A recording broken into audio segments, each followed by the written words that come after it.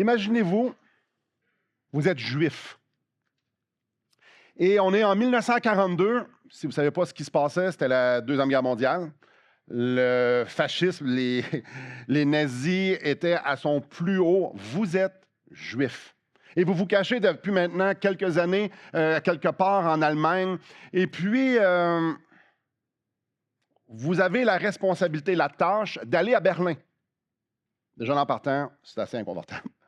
Vous en allez à Berlin et votre tâche, c'est d'aller sur la place publique devant le Parlement et d'aller prononcer un jugement contre le peuple nazi, de dénoncer Hitler et de dire qu'il va y avoir un jugement et que s'ils se repentent, ils vont avoir miséricorde. Comment vous vous sentez? Je ne sais pas pour vous, mais c'est dérangeant.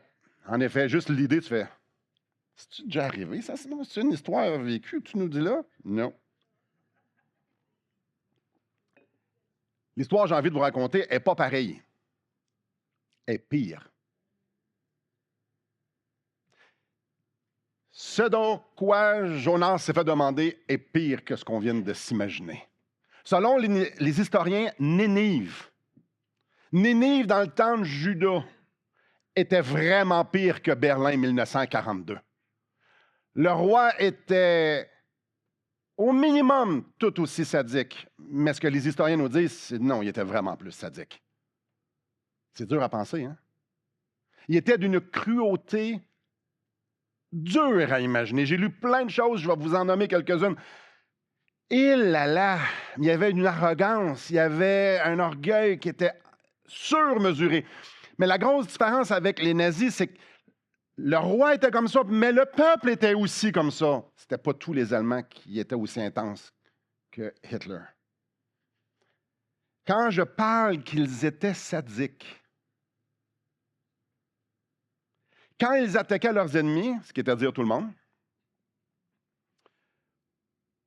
ils faisaient des choses ignobles. Ils enlevaient la peau des bébés, des gens, pour les mettre sur des poteaux devant la ville, de sorte que les gens aient peur. Ce qu'ils aimaient faire, c'est des monticules de tête pour que personne ne puisse avoir l'idée de les défier. Que eux, quand ils rentrent dans une ville, qu'ils n'avaient même pas besoin de se battre parce que tout le monde, c'était connu. C'était des barbares, des vrais barbares. Et si vous voulez lire un petit peu là-dessus, je vous encourage de ne pas manger avant. Ils étaient reconnus pour être les pires barbares. Alors, quand on arrive au chapitre 1, au verset 2, c'est Dieu qui s'adresse à Jonas. « Lève-toi, va à Nénive, la grande ville, et crie contre elle. » Dieu demande à Jonas, tu vas aller à Nénive, puis tu vas aller leur dire qu'il y a un jugement sur eux autres.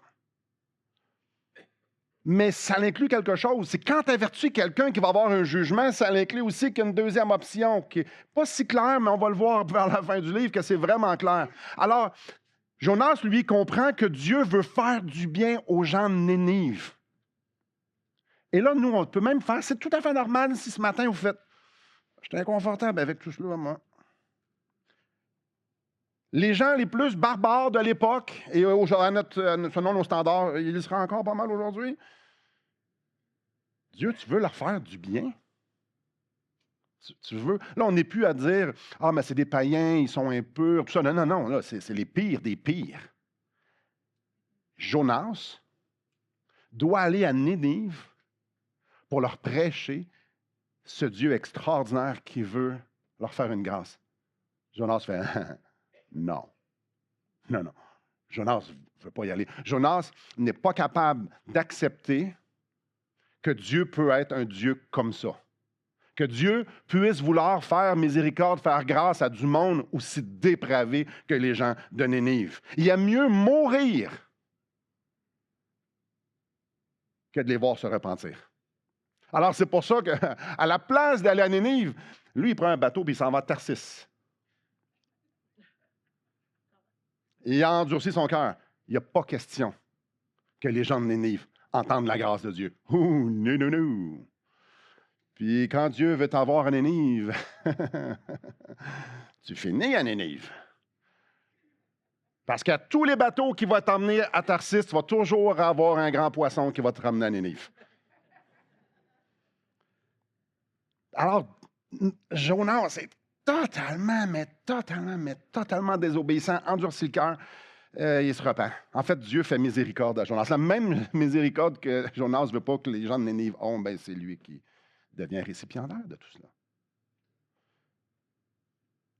Alors, on est au chapitre 3. La parole de l'Éternel fut adressée à Jonas une seconde fois. La première fois, il a voulu se battre avec Dieu, et quand on se bat avec Dieu, on perd.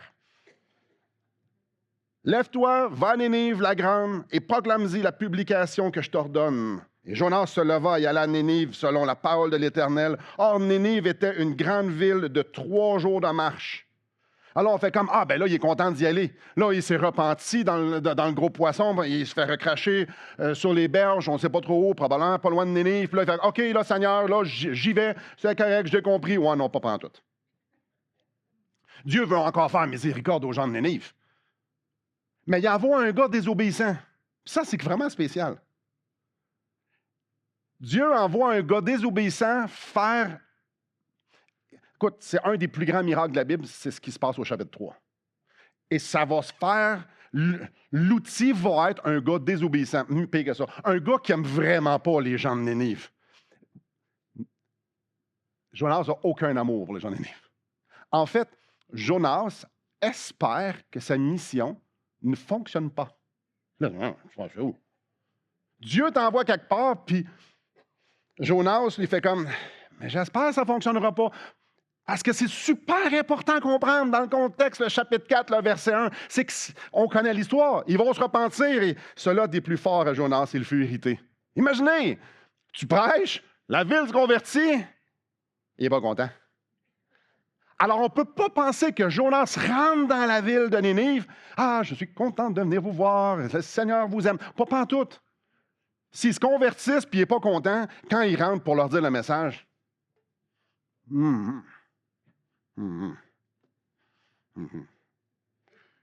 Mais le point que je suis soulevé, juste ici, là.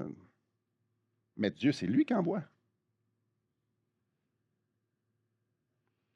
Quand Dieu veut sauver, il peut utiliser n'importe qui. Tu sais, je fais référence à une autre histoire de la Bible. L'âne, c'est Jonas. Si Jonas si Dieu peut faire parler un âne, il peut utiliser Jonas pour convertir Nénive.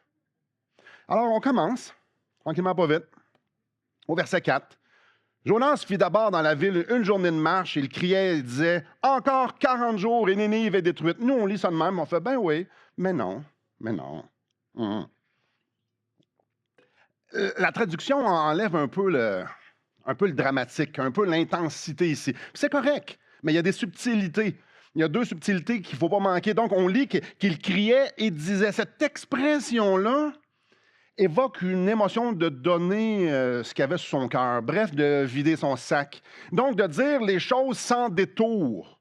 Allez pas penser que Jonas prêchait à Nénive comme je suis en train de vous parler en ce moment, là. Non. Non, c'était pas Billy Graham dans une croisade, là. Non. Il n'était pas sur le coin des rues en train de... Non. Les termes ici évoquent plutôt qu'il est en train de se vider le cœur. Et ce n'était pas un cœur d'amour. On se souvient là, il va être irrité, ça va le déplaire qu'il se convertisse. Alors, il ne les aime pas, là. Il n'a jamais voulu aller à Nénive.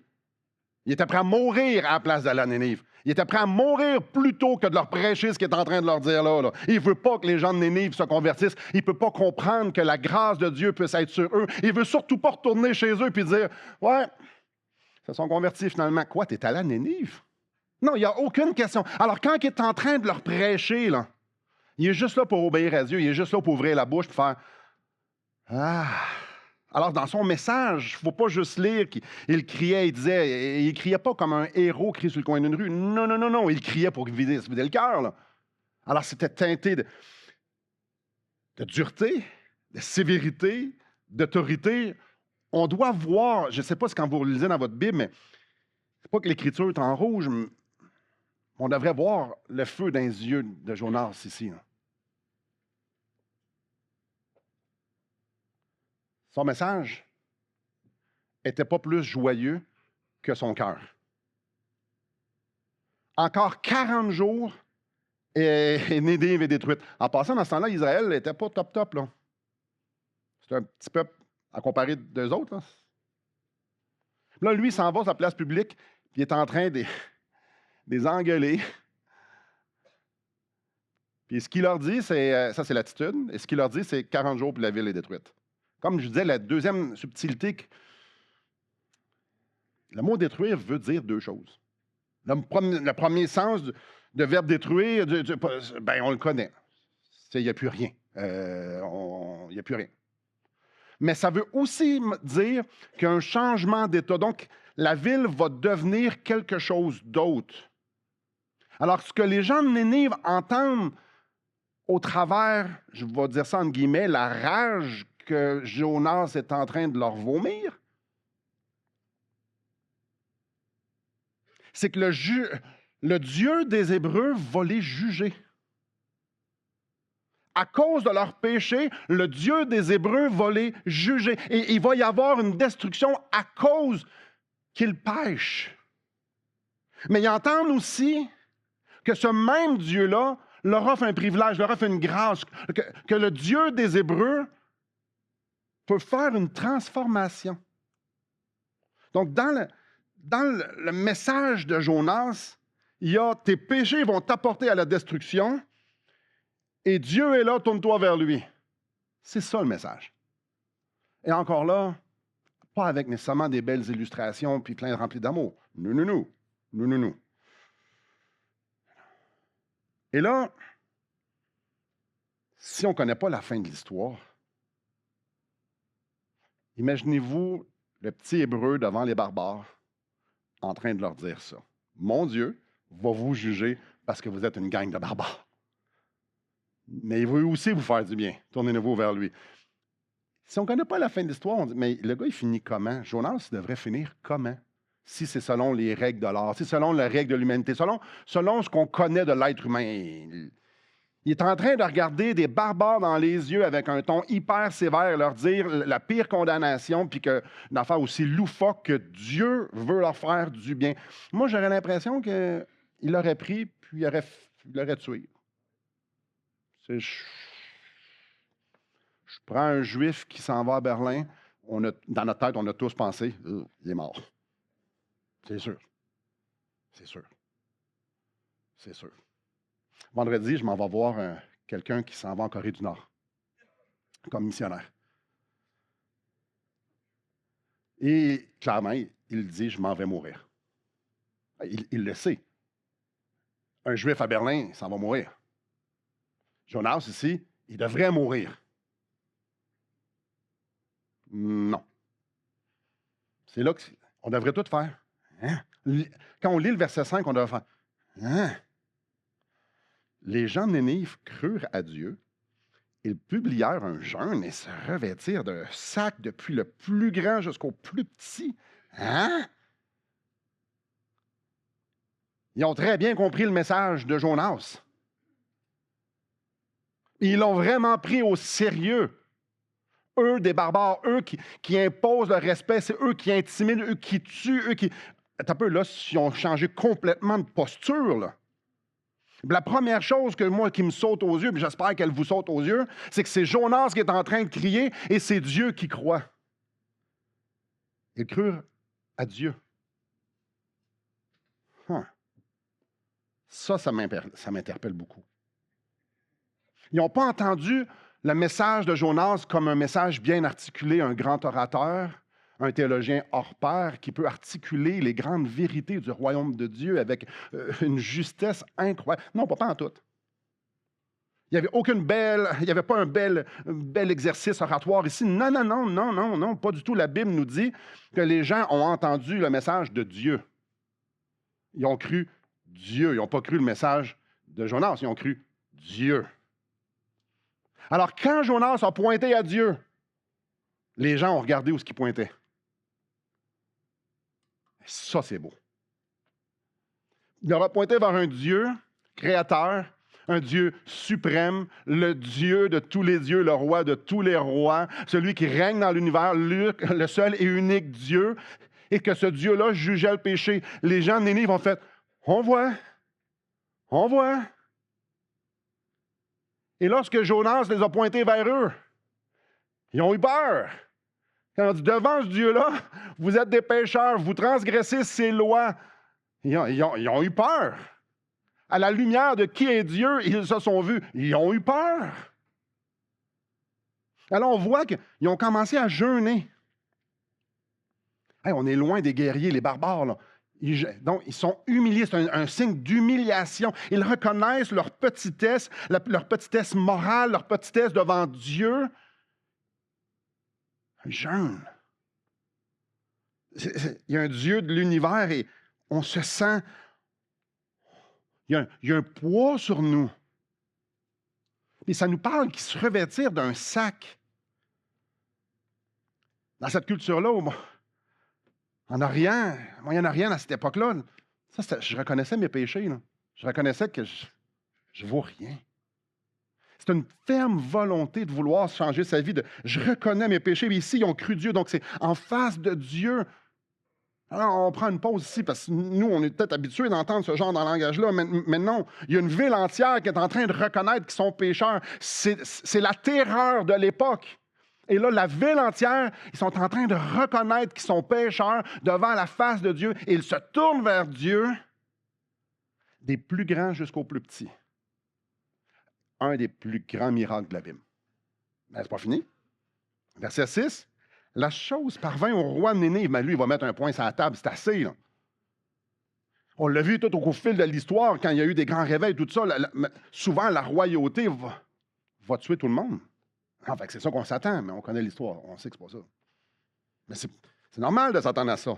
Non, ça vient aux oreilles du roi Nénive, il se leva de son trône, ôta son manteau, se couvrit d'un sac et s'assit sur la cendre. Mais non, ça n'arrive pas, ça. Le roi de Nénive se fait adorer comme un dieu. Pour le peuple de Nénive, le roi, c'est Dieu. Donc, le roi de Nénive, celui que tous ses besoins sont comblés, celui qui a des sujets, se lève de son trône pour s'humilier devant Dieu. Mais non, mais non, mais non, mais non, mais non, mais non. La symbolique ici est extraordinaire. C'est extraordinaire. Il ôte son manteau, se couvre d'un sac et s'assit sur la cendre. C'est ce que le peuple a fait. Mais que lui le fasse, c'est majeur. Enlever son manteau, c'est la chose qui le différenciait le plus. C'est ce qui le distinguait des autres, son manteau, un manteau royal. Il enlève son manteau. Je ne suis pas roi devant ce roi. Il se lève clairement ici, descend de son trône pour aller sur la cendre. Là où ce que le peuple était. Il se couvre de honte devant son peuple pour aller à la même place que son peuple. On parle d'une repentance ici incroyable, une reconnaissance de péché, de comment Dieu est souverain, comment Dieu est extraordinaire. Un roi qui se met au niveau de son peuple, qui s'humilie à la même place que le peuple humilié. Est-ce qu'ils ont eu peur du jugement, vous pensez? Est-ce qu'ils ont pris au sérieux qui était Dieu et leur péché? Ils ont tellement eu peur de rentrer en jugement qu'un roi fait ça. Celui qui croyait qu'il était le centre de l'univers. Ces gens-là qui avaient une moralité avec qu'il n'y en avait pas. Quand ils ont vu Dieu, c'est comme si leur vie avait arrêté. Ils se sont humiliés. Ils ont vu Dieu. Verset 7. Il fit faire dans Nénive cette publication par ordre du roi. Ce gars-là, il a le droit de vie ou de mort sur tout le monde. Hein? Par ordre du roi et de ses grands, que les hommes et les bêtes, les bœufs et les brebis ne goûtent de rien, ne pèsent point et ne boivent point d'eau.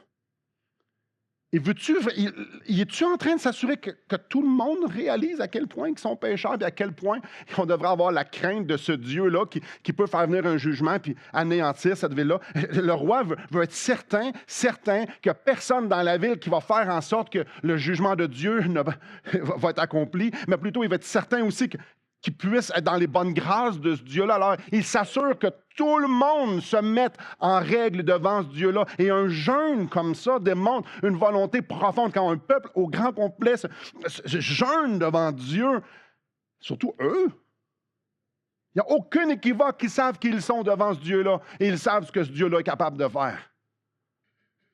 Au verset 8, que les hommes et les bêtes soient couverts de sacs et qu'ils crient à Dieu. Hey, même les bêtes. Humiliez-vous. Humiliez-vous devant lui et repentez-vous. Hey, c'est le Créateur. C'est le Créateur. Et qu'ils reviennent tous de leur mauvaise voie et des actes de violence dont leurs mains sont coupables.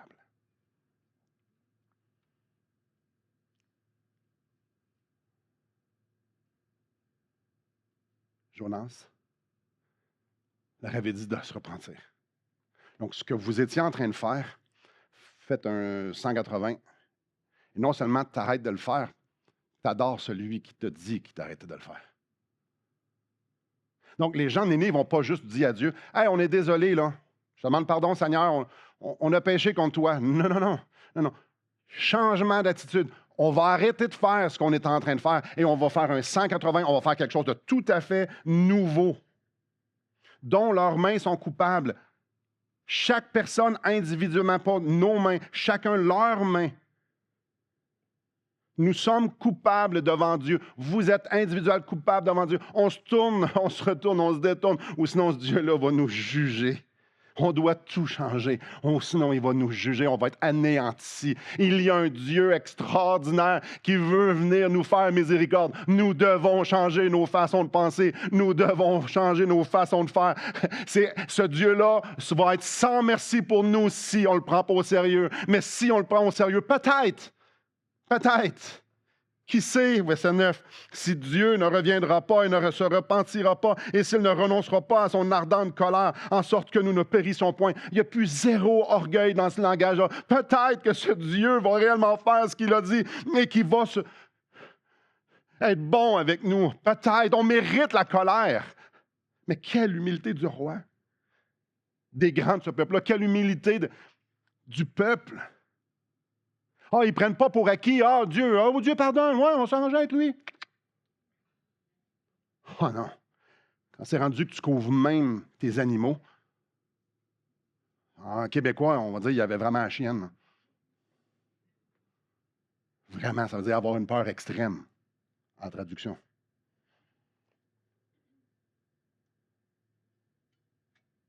Reconnaître l'ardente colère de Dieu. Je ne sais pas ce que Jonas leur a dit, là, mais ça a dû brasser, hein? Pour provoquer ça, d'après moi, la rage de Jonas était représentative de la force de la colère qui reposait sur eux.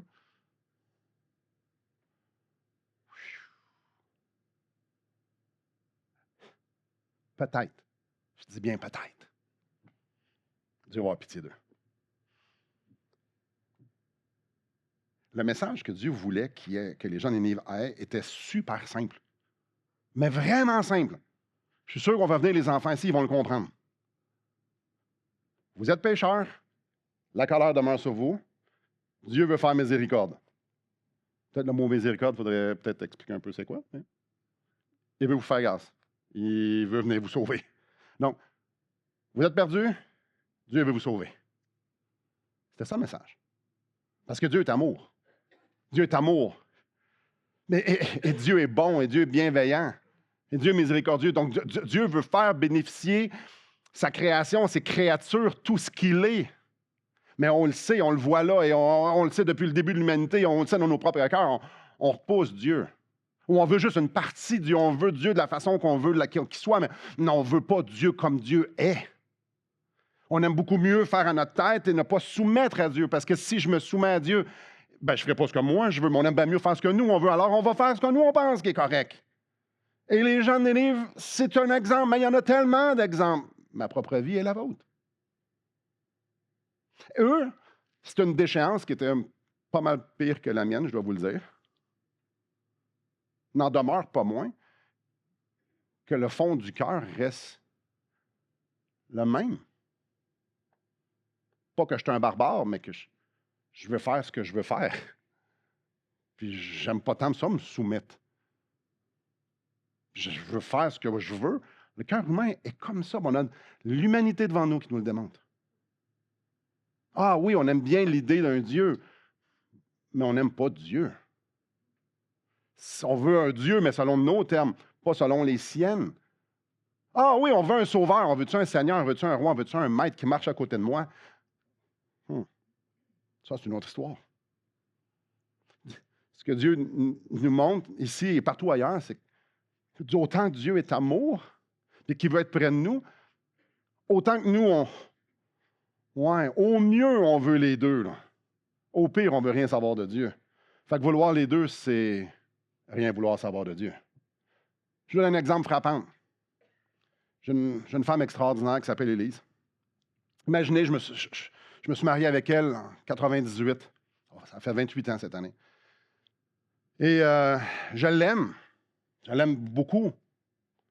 Mais je l'aime elle et toutes les autres. Puis étant donné que je suis marié avec elle, je peux avoir toutes les autres. Je suis un bon mari, hein? Ben, vous jugez. Vous jugez. C'est pas drôle le matin, là, je vous dis ça. Puis là, si je vous disais c'est vrai, les sourires feraient tout. En fait, arrête de descendre de là sans presse. Mais non, imaginez, je te veux, puis j'aimerais ça qu'elle soit là à soir faire le souper. Clairement. Là, j'y vais dans la misogynie là, à côté. Là. Puis ça va être le temps du lavage. Fait que pendant que moi, je vais aller faire autre chose avec quelqu'un d'autre, quelqu'un d'autre, chérie, petit coup de balieuse en même temps, on se revoit demain matin. Super, vous allez faire. Mais quel écœurant. Parce qu'à quelque part dans notre tête, une relation d'amour, c'est une relation exclusive. À quelque part dans notre tête, j'ai pas envie de partager ma femme, et d'après moi, je suis convaincu même, elle ne veut pas me partager non plus. C'est une relation exclusive. Une relation d'amour, c'est quelque chose d'exclusif. Elle, je ne veux pas qu'elle regarde les autres hommes, et elle ne veut pas que je regarde les autres femmes. Elle aimerait que je pense juste à elle, et j'aimerais qu'elle pense juste à moi. Jusque-là, on est tous pas mal sur la même page.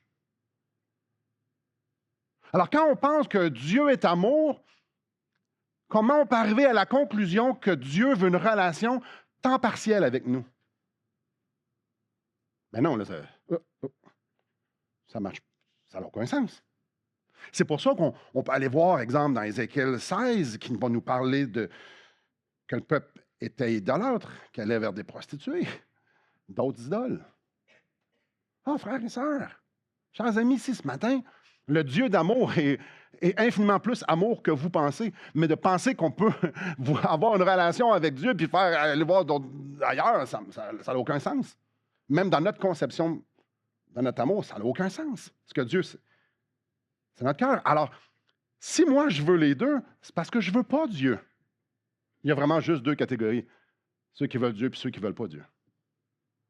Mais Dieu est tellement extraordinaire. Il est tellement miséricordieux. C'est que ceux qui ne veulent pas l'avoir et ceux qui veulent l'avoir à moitié, bien, lui, il les aime pareil. Parce que Dieu n'est pas comme nous.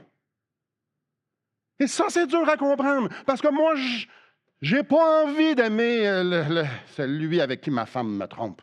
Encore une fois, c'est une illustration ici. Là. J'ai pas envie d'aimer la situation. J'ai pas envie. Non, ça va créer un sérieux problème. Mais Dieu n'est pas le même. Dieu est tellement amour qu'il aime. Donc oui, il y a un jugement, mais il y a de l'amour, il y a une miséricorde et qui veut donner la miséricorde aux pécheurs. Et nous, on aimerait qu'il y ait de la discrimination. Nous, on aimerait que les gros pourris, là, ceux qui passent aux nouvelles, puis ceux qui sont dans les... On aimerait qu'eux autres, il y ait justice. Nous aussi, là, mais un peu moins, mettons. On est tout à fait à l'aise que les gros méchants aient la justice de Dieu. Mais Dieu ne fait pas de discrimination. Car tous ont péché, sont privés de la gloire de Dieu. Alors Dieu ne fait pas de discrimination. Mais il ne fait pas de discrimination non plus à qui il fait du bien. Et ça, c'est la bonne nouvelle. Alors, si je suis dérangé qu'il fasse du bien à quelqu'un qui n'est pas bon, c'est parce que je n'ai pas compris que moi aussi, je n'étais pas bon. Mais si je comprends à quel point moi, je ne suis pas bon, oh, Dieu fait du bien sans discrimination. Imaginez qui est. Dieu veut faire du bien aux gens de Nénive. Dieu veut que le roi de Nénive se convertisse à lui, qu'il se repente puis qu'il se tourne vers lui. Et Dieu veut faire du bien à des barbares. Imaginez quel genre de Dieu extraordinaire qu'il est. C'est infiniment plus que ce que moi je peux imaginer, parce que c'est pas ça dedans de moi. Et ce qui est extraordinaire, c'est que son amour ne dépend pas de mes mérites. Ce genre d'amour-là et de miséricorde-là n'a rien à voir avec moi. Et les gens de Nénive en sont la preuve. Dieu vit qu'il agissait ainsi et qu'il revenait de leur mauvaise voie au verset 10. Alors Dieu se repentit, il a changé de disposition du mal qu'il avait résolu de faire. Il ne le fit pas. Sa justice fait place à la miséricorde parce que les gens de Nénive se tournent vers lui. Dieu les a avertis qu'il les jugerait s'ils ne changeaient pas. Ils ont changé. Dieu est gracieux envers eux.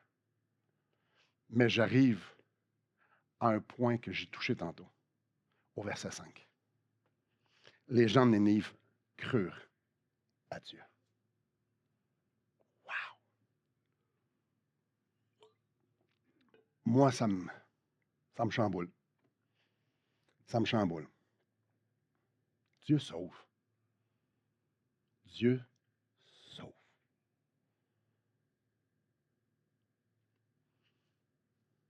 Il n'y a pas de péché trop gros. Il n'y a pas de péché trop gros pour être sauvé. Tu ne peux pas être tellement loin dans la déchéance que tu es rendu trop loin et tu ne peux pas recevoir la grâce de Dieu. Ici, c'était les pires. Tu ne peux pas. Dieu sauve. Il n'y a pas de rébellion trop rebelle que tu ne peux pas revenir. Ici, c'en est la preuve. Il n'y a pas une immoralité si immonde qui te disqualifie de recevoir la grâce de Dieu. Ici, on en a la preuve. Alors, si ça vous shake un petit peu, ben, on est dans le même gang. Je vous présente Dieu.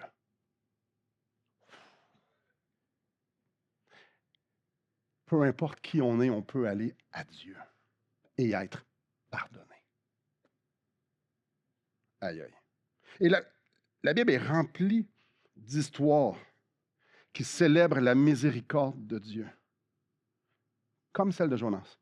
David, violeur, meurtrier et une longue liste, retourne à Dieu. Pardonné. Le larron sur la croix qui méritait d'être sur la croix se tourne vers Jésus. Souviens-toi de moi quand on est dans ton règne. Aujourd'hui, tu seras avec moi. Il méritait d'être là, lui-là. Le fils prodigue. Père, j'ai péché contre l'Éternel, contre toi. Viens, mon fils. Saul, Saul, persécuteur de l'Église, faisait tuer des chrétiens, les mettait en prison. Il rentrait, là, lui, il rentrait avec sa gang, il rentrait ici en prenant la moitié, puis en les mettait en prison, puis en tuait. Saul, il se convertit, sauvé par grâce, devient Paul, un des plus grands apôtres. Dieu sauve. Dieu sauve. Dieu sauve. Et j'ai fait l'exercice hier, je le refais aujourd'hui. Dieu sauve. Et souvent, on a l'impression au Québec que Dieu ne sauve plus. Il ne sauve plus. Il sauve ailleurs, il ne sauve plus ici. J'aimerais ça que tous ceux qui se sont convertis, qui ont mis leur foi en Jésus-Christ, qui se sont tournés vers Jésus pour le salut de leur âme, moins de 5 ans. Donc, si vous êtes sauvés depuis moins de 5 ans, levez votre main.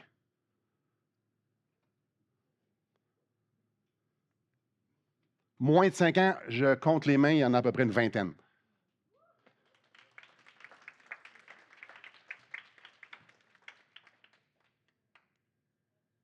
Dieu sauve plus au Québec. Hein? Le Québec, c'est une terre qui est dure. C'est dur au Québec. Non, le monde, c'est dur. Le monde ne veut rien savoir au Québec. Hein? Vous me dire ça, s'il vous plaît? J'ai des arguments, j'ai 20 arguments. Là. Ça parle fort, ces arguments-là. Surtout quand ils sont ici et on peut les nommer. Frères et sœurs, Dieu veut sauver. Ah non, mais le monde est tellement... Ça n'a plus de sens, là. Le monde est n'importe où. Est-ce que vous écoutez les nouvelles à quel point le monde est dépravé? C'est épouvantable. Je les lis en français, en anglais, je lis à droite, je lis à gauche. C'est épouvantable. C'est épouvantable. En plus, il y a des scandales de chrétiens, des scandales de... Puis voir comme si le monde voudrait en savoir plus sur la chrétienté. Voir comme si on pourrait en parler. Ils sont en train d'enlever nos lois et qui nous protègent. On va peut-être être en prison. C'est dur, le Québec, ça n'a pas de sens. Le monde ne veut rien savoir de l'Évangile. C'est-tu vrai? Excusez-moi, je ne répondais pas à la question. Il y avait 20 raisons qui ont répondu. C'est pas vrai. C'est pas vrai. C'est pas vrai que Dieu ne sauve pas au Québec. C'est pas vrai. Ce n'est pas vrai. Dieu veut sauver et Dieu sauve.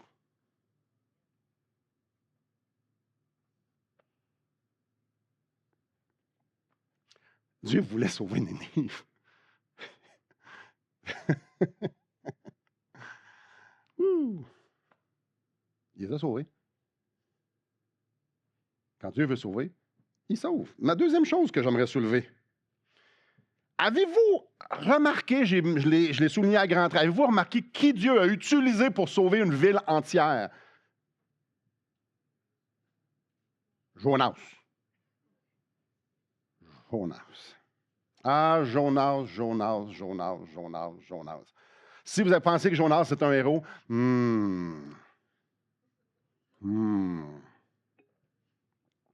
Jonas ne voulait pas être là. Jonas n'aimait pas ce monde-là. Jonas ne voulait pas faire ce qu'il a fait.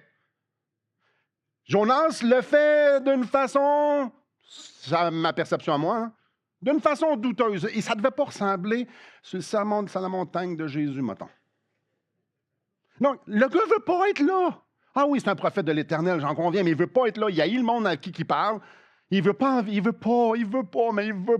Il va plus qu'à de reculons. Il était prêt à mourir. Mais non! N'est-ce pas fascinant quel genre d'outil Dieu utilise pour faire l'un des plus grands miracles qu'on trouve dans la Bible? Une ville entière, mais pas n'importe quelle ville. Nénive par surcroît.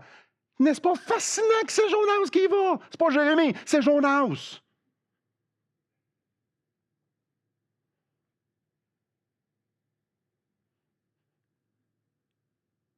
Jonas avait le cœur dur. Dieu avait les moyens pour s'occuper que ce soit Jonas qui le fasse. Parce qu'un gros poisson, c'est quoi ça pour Dieu? J'étais moi par-dessus bord. C'est de ma faute. Tu le sais, Jonas, que c'est de ta faute? Tu pourrais te repentir. Non. Mais tu pourrais même te pitcher en bas du bateau pour les sauver. Non, mais je fous carrément eux autres des marins, là. Non, vous jetez moi. Oui, mais c'est parce que si on jette un prophète de l'Éternel, la condamnation va être sur nous autres. Là. Ah non, c'est pas ça, c'est moi qui désobéis. Jonas, tu peux te jeter en bas du bateau, tu te fous, eux autres aussi. Là. En fait, tu es vraiment centré sur toi, Jonas. Là. Jonas.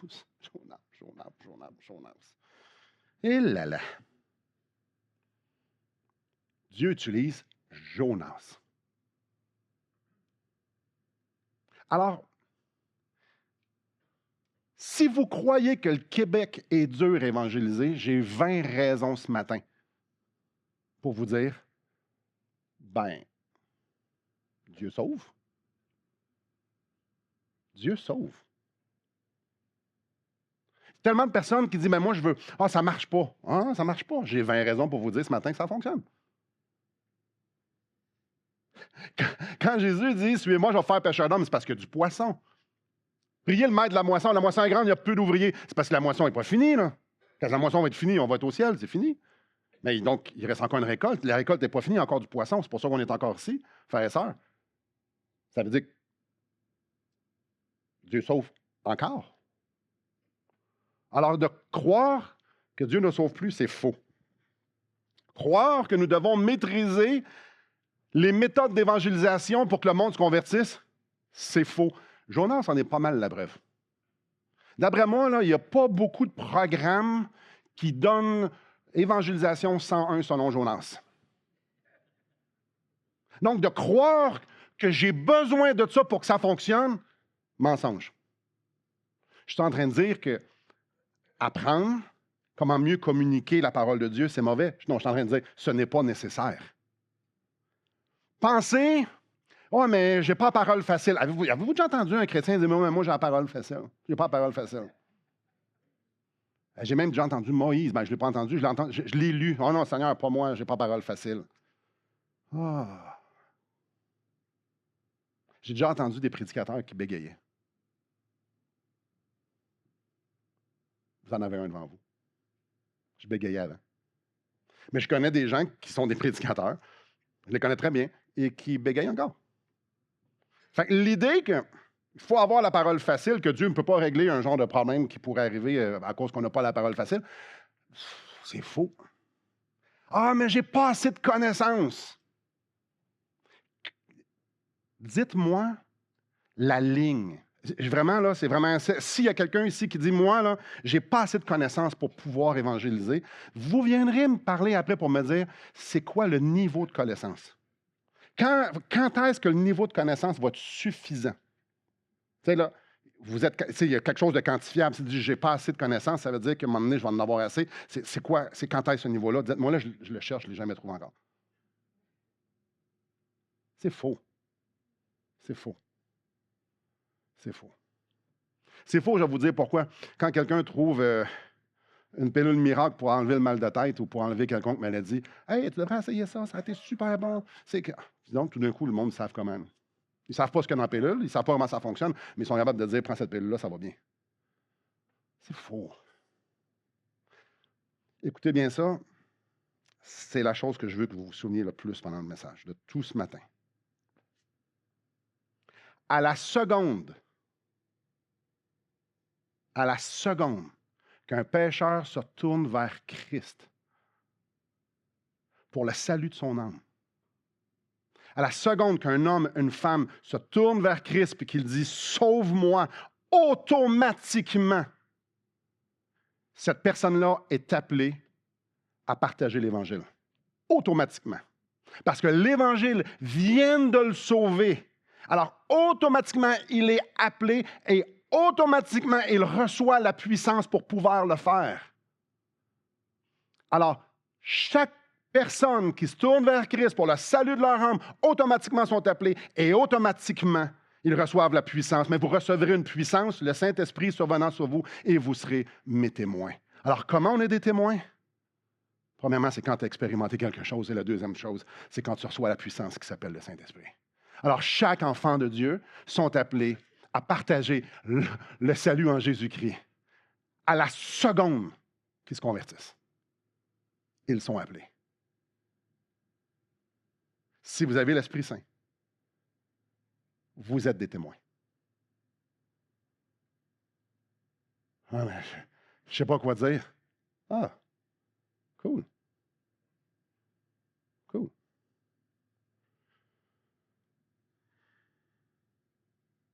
Dieu veut parler au travers de nous. Nous faisons donc les fonctions d'ambassadeurs pour Christ. Comme si Dieu exhortait par nous. Nous vous en supplions au nom de Christ, soyez réconciliés avec Dieu. Comme si Dieu exhortait par nous, comme si l'Esprit de Dieu utilise tout ce qu'on est, tout ce qui est là, la parole de Dieu, pour pouvoir communiquer un message à la personne qui est en avant de nous. Ah, vous ne savez pas ce qu'il faut dire? Vous venez de vous convertir, vous savez que vous êtes pécheur. Vous venez de vous convertir à Christ, vous savez c'est qui Christ. Et vous savez ce qu'il a fait parce qu'il est mort sur la croix pour vous pardonner vos péchés, puis qu'il est ressuscité, vous donner la vie, puis que maintenant vos péchés sont pardonnés. C'est ça le salut. Là. Alors vous avez quelque chose à dire. Mais je ne sais pas comment le dire. Ça se peut-tu le Saint-Esprit n'est pas limité par vos incapacités? Ça se peut-tu que le Saint-Esprit peut faire des choses extraordinaires avec du monde qui ne veulent pas, qui ne sont pas capables, qui ne savent même pas comment ça fonctionne la patente, puis qui s'ils vont là de reculons? C'est vous que Dieu peut... Moi, je viens de lire une histoire là, qui est quand même assez frappante. Son esprit parle au travers de nous afin de rencontrer les gens.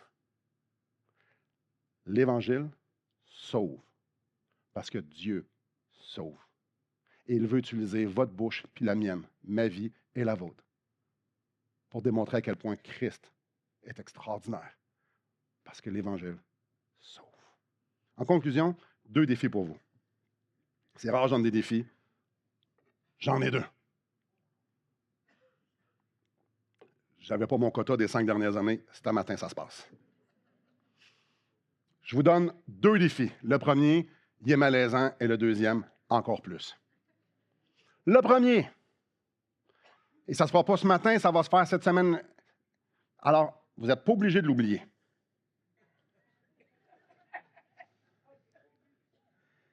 Seigneur, pourquoi je dis non? Posons-nous la question, pourquoi je dis non? J'ai peur de quoi?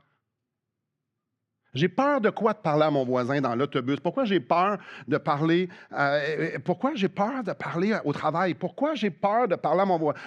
Qu'est-ce qui peut m'arriver? J'ai peur de quoi? Passez devant Dieu, demandez-y, Seigneur, montre-moi pourquoi j'ai peur. Seigneur, montre-moi les obstacles que moi je me mets. Seigneur, montre-moi les idoles qui m'empêchent, que j'écoute, qui m'empêchent. Montre-moi les mensonges que je me compte. Ça, c'est le premier, c'est un défi, je vous lance. Ça n'existe pas des enfants de Dieu qui ne sont pas appelés à partager l'Évangile. Christ est digne qu'on parle de lui. Alors, qu'est-ce qui m'empêche de le faire? Qu'est-ce qui vous empêche de le faire? Le premier défi, c'est de passer devant Dieu et de dire, pourquoi ma vie n'est pas investie entièrement à ça, là où je suis? Deuxième. Là, c'est malaisant. Seigneur, montre-moi quelqu'un. Je vais lui parler. C'est malaisant parce que les genoux font ça. Là. C'est malaisant parce que vous ne savez pas qui va vous montrer. Ça peut être justement la collègue qui vous tape tellement. Je vais y apporter des biscuits. Oh non, on ne peut pas l'empoisonner avant. Oh! Montre-moi quelqu'un, Seigneur. Montre-moi quelqu'un, n'importe où, n'importe qui. Montre-moi quelqu'un. Frères et sœurs, si on parle, ça ne sera pas comme des professionnels, mais si on parle, Dieu va parler au travers de nous. Montre-moi quelqu'un, Seigneur. Cette semaine. Puis, pour aller avec ce défi-là, vous savez que je vais me donner des livres. Je vous donne un autre livre, ce mois-ci. Sauver de quoi de R.C. Sproul. On a un petit cadeau de Ligonier. Vous pouvez le lire. Ça présente l'Évangile. Je vous encourage à le lire. Mais en fait, je ne vous donne pas un livre pour vous. Je vous donne un livre à le donner. Fait que si vous ne voulez pas le donner, prenez-le pas. Là, c'est la condition. Si vous dites non, Seigneur, je sais que tu vas... Le Seigneur va nous montrer des gens. Hein? Si on lui demande, montre-nous des gens, il va nous en montrer. Hey, quel bel outil. Seigneur, montre-moi à qui tu veux que je donne ça. Et on peut faire, tiens, je te le donne.